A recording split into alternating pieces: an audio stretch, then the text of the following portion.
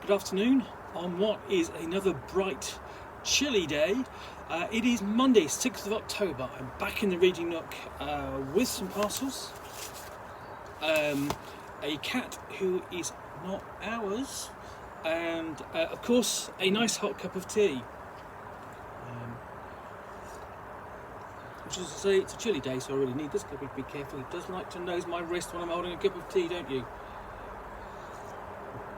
So let's get started. What I'm going to do first is something a bit special, and it is this James Bond 007 role-playing in Her Majesty's Secret Service, the complete basic set, special bonus, thrilling locations, supplement now included, published by Victory Games. Let's have a look, just a date, 1983. If you've never seen this, you will be surprised just how, if you get a chance to see this, no, you've never seen it, surprised how good, how modern this design is. This is the best spy role-playing game published commercially. And I want to thank Darren, my friend of mine, for lending this to me. And if you don't know who Darren is, it's Darren Happens on Facebook. And he appeared at the end of the video from Orcus Dorcas, in which I trolled him from Grogmeat. And I also got him to troll Scott, Hail Orcus Dorcas Scott, again with videos I did from Dragon Meat this last weekend. So look out for those. I'll put a link down to that video in the at the end of the video. So, experience the life of a secret agent, work for MI6, the British Secret Service, or assume the role of the most famous agent of all. Prepare yourself for endless thrills, high living danger, reach out for excitement in the world of James Bond 007. Careen through high-speed chases as you track down villains or escape their evil henchmen. Put yourself against Oddjob and Jaws, so classic villains. This is 1983, remember, so there's a lot of James Bond history still to come. Choose your special skills as an agent: weapon and vehicle handling, hand-to-hand combat, gambling, mountaineering, demolitions. Select your equipment from Q branch. Have your weapons and vehicles modified to suit each of your missions. Obtain the coveted 00 rank, your license to kill. The complete basic game book, including all game rules, game master information, and introductory adventure, The Island of Dr. No. 3 location supplement, experience the sophisticated world of James Bond, 2 10-sided dice, 2 6-sided dice, pad of character sheets, ages 12 to an adult. So, what have we got inside? Let's take a look.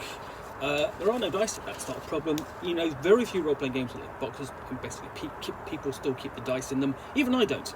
I think there might be 1 or 2 because the dice were rubbish.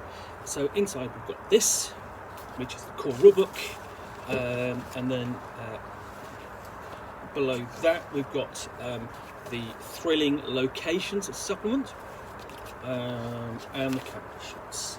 So I'll just show the character sheet. There we go, really kind of simple. So you've got all the stats there, then you've got the resolution mechanic there on the table in front of you. It looks like a resistance table, and it kind of is. Because essentially what you're doing is you've got primary chances basically determined by essentially this and skill, basically, and your skills, which each would have a formula. Combine them, and then they would be measured against the difficulty to give a percentage chance on this table. And the interesting thing is there essentially is that then you could actually get a quantified outcome. So if you had you were rolling against an ease factor of 6, and your total primary chance was 24. You had a 144% chance of getting that. But if you rolled 12 or less, or basically the lower you rolled, the better result you would get. So let's have a look at the core rulebook. Now, just say this is in lovely condition. I really am quite jealous of Darren here. So this is the core rulebook, and you can probably find a copy of this fairly easily. Obviously, prices have gone up in the last few years for just about every role-playing product. So look carefully, and you might pick up a bargain. You'll be surprised how good this is. Same spiel on the back as on the back of the box, and we open up. We got there's the credits with game designer, development and production coordinator Jared Christopher Klug. Chris Klug has contributed more recently to some RuneQuest role-playing and Glorantha content. I have the pleasure of gaming with him at the moment, which, you know, surprisingly sometimes you think you'd never do. So, you know, he seems like a nice guy. I really enjoyed gaming with him. So, introduction. And this really got this like two-tone layout of the blue, two tones of the blue against the black. And it's really nice and simple. And then we come into A World to the Fans of James Bond and a note on syntax. A note for experienced role players and so on. There with a note for basically the illustration of Ian Fleming, and we've got the glossary of terms. So yeah, basically I wasn't planning to look at this at all until sort of Darren said he's got a spare copy of the rulebook I could have, which I thought, brilliant, fantastic. I really do love this game, and I have played a lot of it back in the 80s. A friend of mine, Matt, ran it, and it was a really, really good game. It's a game that doesn't work with a lot of players. 3 or 4 is maximum, and I would you know, I wouldn't go more than that, because typically we'd end up in the various locations and go to the car hire place and argue over who was going to drive the Lamborghini Countach, you know. Then we've got an example of play, and this is lifted essentially straight out of Goldfinger, so it automatically drops you into how the game plays and illustrates it with a scene from the movie, and that's great. The other interesting thing is that of the James Bond canon, Spectre doesn't appear in this. Although Smersh might. So essentially, what we've got is you've got essentially the text of the adventure, how it's being read, and then we've got here the basically the rules explanation of how that plays out, and it's a really great way of showing how the game works. And I've seen it done a couple of times elsewhere, but it really works. And then beginning characters, so we have James Bond himself, and then Anya Asimova from The Spy Who Loved Me, I believe.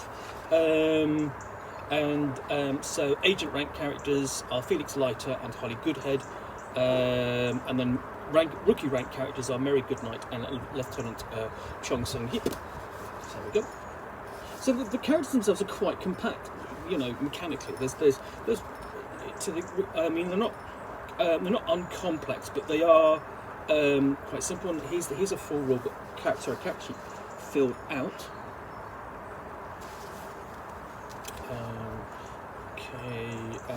And then and the other factor we have in here is we've got fame points. And fame points, obviously, they measure the degree to which you will be recognised around the world, not just by the local authorities or people in general, but also by other spy agencies. And you can offset that by basically changing your identity. Until such times as when I was playing, Joss, a friend of mine, we were playing, so basically, he called my character by my old name in play. Which is hilarious when you look back on it, but yeah. Decent illustrations, always good weapon illustrations in these books, and really nicely done. And you know, I mean, it's part of the setting. And then we have things like weaknesses. So we've got various phobias, and that's nice illustration of the scene from I think it's Doctor No, where they put spiders in Bond's bed.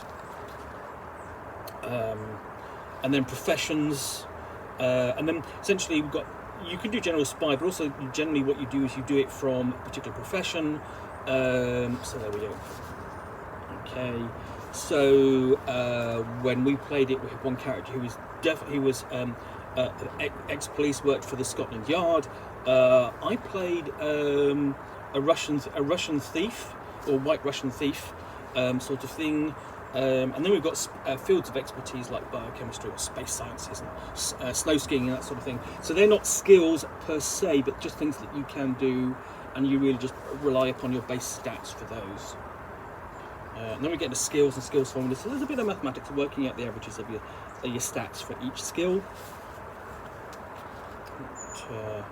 so on, and then you've got explanations of essentially what the skills are, how they work throughout, all clearly explained. You know, I can remember reading this many years ago and going through it. There's still some great action scenes in the artwork, and then combat, and things are important like speed and the draw, important zigzag movements for your evasion skill, fire combat, all that's there. And then again, great scenes. I mean, sort of like, you know, whether that's sort of like from Russia with Love or the chase scene in Live and Let Die with the boats. It's been done a few times, and then we actually do get onto chases. And chases kind of work where each side bids down to perform increasingly difficult manoeuvres, and so you know, and then you roll to see how well you do. Okay, so that handles chases in general. And then we've got how to interact with non-player characters, so that covers persuasion, seduction, and torture. So yeah, seduction is something the player character may be getting up to, and I mean, these days you may not actually be doing that in the game, depending upon how you feel about that at the table. That's understandable. Then you have torture, which you don't get up to as a player character. Gambling and the casino life. Now, the idea of sort of James Bond going around the world and sort of gambling is fairly ridiculous as a spy, because you know. But I mean, in a cinematic spy world, that's fine. And it would be something. There's a gambling box set, it's a casino box set for Top Secret did it. So because obviously it was influenced by James Bond as well as a lot of televisual spy stories like the series like Man from U.N.C.L.E. So gambling and casino life, with all the rules in here, essentially basic rules for handling different card games and the roulette. And then it actually says casino gambling life. It gives you background on what it's like to gamble in particular cities. So we've got London, the continent, Monte Carlo down at the bottom, because obviously that's the gambling essentially that's the most luxurious gambling capital of the world. I mean, apart from obviously Las Vegas and what's, you know, I've also got Puerto Rico and the Bahamas there, and then obviously you probably would add something like Hong Kong or I've forgotten the name of it, but the Macau. You'd also add Macau, the city across from Hong Kong, in China. And again, yep, fame, big section on fame and how to handle it. Where are we? Experience and character growth. Okay, fairly normal. Equipment. So we've got firearms there, typical firearms. So obviously you've got the Walther PPK and the Heckler-Koch VP70Z, which is the weapon that you mostly fielded as an agent in this game. We had a couple of other bits and pieces, essentially, you know, like the Uzi and the AKM, basically automatic weapons, essentially to arm the bad guys or for weapons for you to grab in play and use on them. And then it did the same for vehicles. So we have the Aston Martin DB5, you know, up there, classic car from Goldfinger onwards. Then we go down to, we've got the Lotus Esprit, the underwater car from The Spy Who Loved Me, motorbikes, snowmobiles, helicopters, and even little jets there. And if you get hold of like the Q manual, does it even more. And then we do the same thing for aeroplanes and water vehicles, including basically Nelly, the auto gyro from You Only Live Twice. And then we've got miscellaneous equipment. The Q manual goes into depth much more, and is a really lovely supplement. And then we get onto the Game Master section, how to be a successful Game Master. And I think that's like a scene perhaps from, that looks like a scene from Thunderball, but I can't be sure. There's something similar like that, but it could be anywhere. And we've basically got, essentially here, we kind of begin to sort of like deviate in general as to what you would do, rather move away from sort of like, how can I put it, from the official sort of canon, and what you would do in role-playing, in designing adventures to make it fit a James Bond style of game. with advice and sort of like an example compound there, villain base, so on, and even the underwater base from The Spy Who Loved Me. Okay, how to use non-player characters. So this covers NPC creation and shady contacts.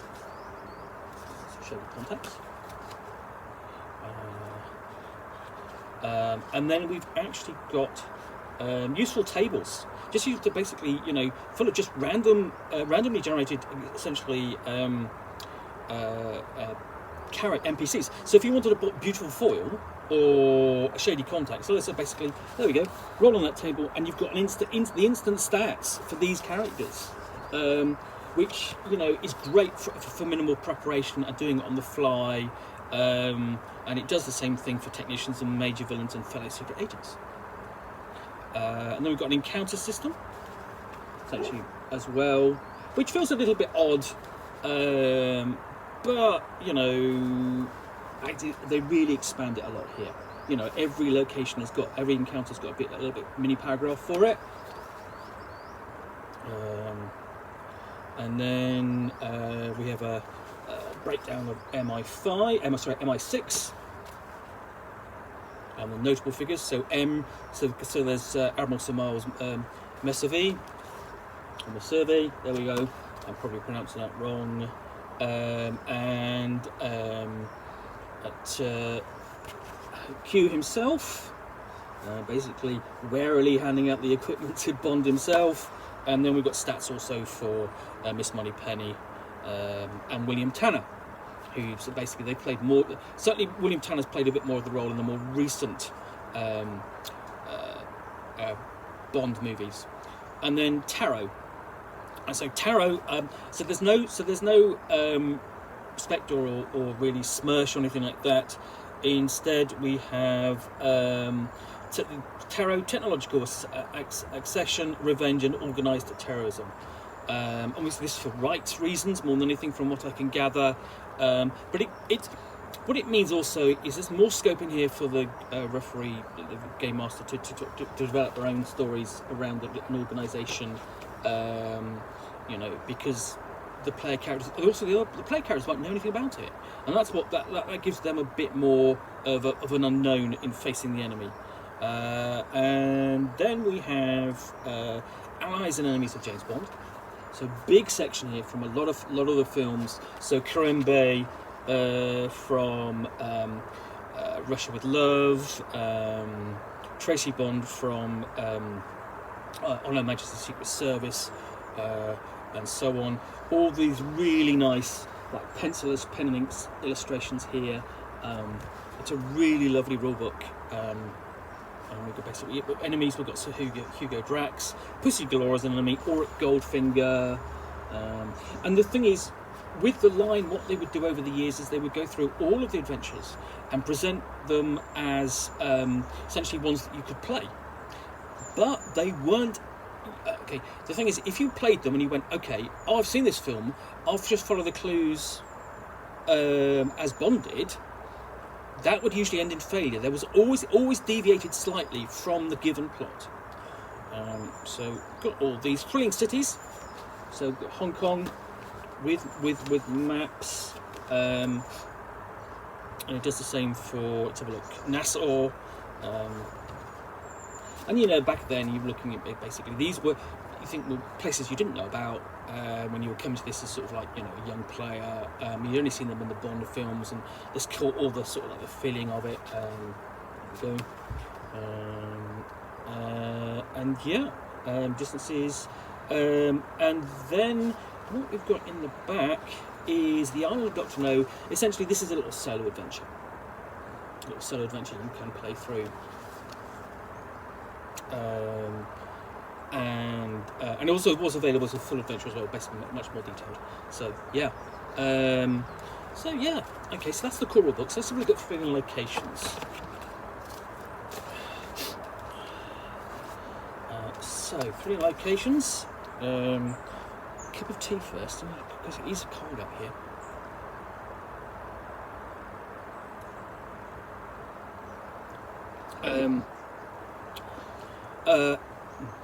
Experience the sophisticated world of James Bond. Thrilling Location provides you with detailed descriptions of elegant restaurants, preeminent lodgings, and sumptuous travel accommodations. Expand the campaign world of the James Bond 007 role-playing game. Fully illustrated with 12 pages of full colour, over 100 black and white photos, illustrations that bring the world of first-class travel and living fully to life. Do descriptions allow your characters to engage a male villain over baccarat at the Palatial Casino de Monte Carlo. Relax between missions at the MGM Grand Hotel in Las Vegas, the Oriental Hotel in Bangkok, and the Mandarin Hotel in Hong Kong. Dine with an elegant informant at the Tavern on the Green in New York. Escort a fellow secret agent to London aboard the Venice Simplon Orient Express. Study your briefing as you fly to the mission on a Regent Air Corps jet, including this book. Special game materials for enhancing the James Bond 007 role-playing game. Floor plans of the major locations described in the book. Encounter tables providing both obstacles and assistance for characters on a mission. Descriptions of non-player characters who inhabit the world of James Bond. So all times that you open up and dive straight into casinos, and the first thing is got a different change in style of artwork, and it's still really good. I mean, it's really fantastic pencil artwork there. And we get into Casino de Monte Carlo, and we've got basically its history and the gambling rooms, and it's going to do this for location after location. Now, I doubt James Bond had to do this basically whilst working his way around a cat's tail. So where are we? The Hotel de Paris. So yeah, basically going through. I'm not going to look through it all. We've got a map of Monaco here as well. That's really kind of useful. And then we've actually got full colour illustrations. These are perhaps, I think these are perhaps a little dark, but they do capture some of the flavour and feel. I should perhaps ask Chris, sort of like, did you do the field trip? Did you have to go on a field trip for thrilling locations? And then there's Hotel de Paris. So essentially, you've got each section, a couple of sections. You've got these colour inserts as well. And then it's basically showing, okay, look, here's an explanation of how to play blackjack and craps and so on. Notes the game master, you can only bet once. Game spice play, and these are encounters that the referee, basically the game master, can bring to the table. So yeah, encounters in casinos as well. So we've got a little encounter matrix there, and this will be supported by hopefully another table on the table. Basically, essentially a longer list of NPCs, so villains, fellow agents, foils, that kind of thing. Fellow gamblers. We've got casino non-player characters.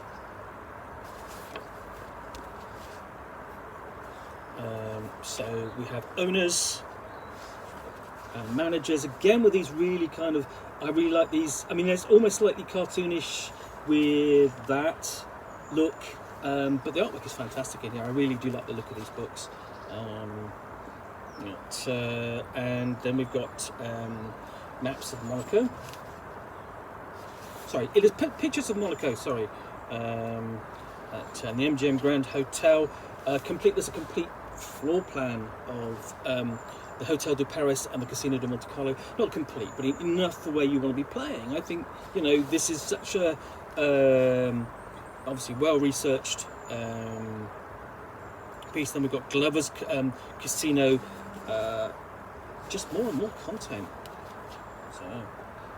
And then hotels, and it's doing the same. So you've got the MGM Grand Hotel, and obviously these days it probably would be a different hotel, because they hotels go up and down all the time in Las Vegas, and there are plenty of other sort of like accommodations and so on. So obviously like the Mandarin in Hong Kong. Great hotels in the world, so we've got a list of them, in addition to the ones already expanded upon in the book. And I think that partly because essentially this could just become, here's a book of hotels you can role play in as part of your James Bond game. And they're really kind of what they're doing there is going, okay, these are the ones that James Bond actually stayed in the movies. And then we have sort of again the encounters like a bottle of Bollinger slightly chilled, or the bed's too small. Whoever complains the bed's too small. And then more colour and photograph inserts. So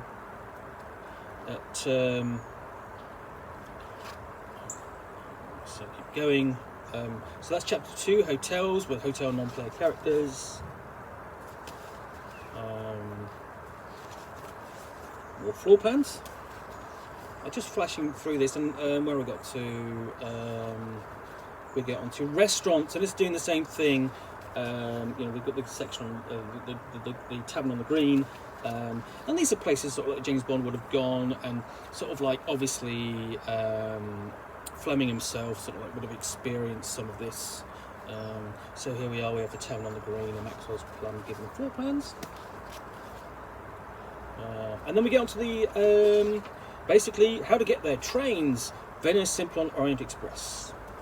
Fantastic. And this would have been years before Orient Express came out. So this is really what sort of first experience of looking at the horror basically on trains and role-playing as such. And the thing is, you use spy games, spy role-playing games and spy movies. You kind of go, well, the train is another is always figured strong. It's like a setting for a game of cat and mouse, trying to find agents and discover mysteries. I mean, obviously you've got lots of Agatha Christie stories set on trains, and then train travel in Europe. How much that's going to be different, changed now to its extent. Then we've got a similar scene that's sort of inspired by From Russia with Love. But yeah, the number of times that James Bond has travelled on a train, and you've got that kind of thing where you can get away with you can have that great scene atop the train as it's rushing towards a tunnel, basically a big punch up and a battle. Always good for action scenes. More NPCs. Then we've got basically images of what it's like aboard the Orient Express, and I think the great thing about that is that hasn't necessarily changed a lot. I mean, if you look back to something like Palin's Around the World in 80 Days, or travel programs, it hasn't changed that much. It's still luxurious, that kind of style. And then we also got English carriages for Venice, Simplon, Orient Express. So lots of those. Luxury boats. Well, yes, okay. Doing the same thing. So lots of content in here. Creating the major villain's cruiser. Oh, this is fantastic. Don't think just so. Here's some boats. Here's how to villainize or villainify it. Villainize it. Just brilliant. Add a weapons platform, why don't you? Well, you're a villain, add a weapons platform, why don't you? Notes to the Game Master, welcome aboard, Commander Bond. I like the tone of it as well. It's clear that the writers are having fun with this.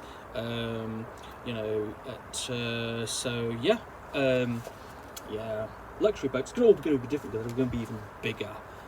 Yachts these days essentially are small, passenger liners, as it were, almost.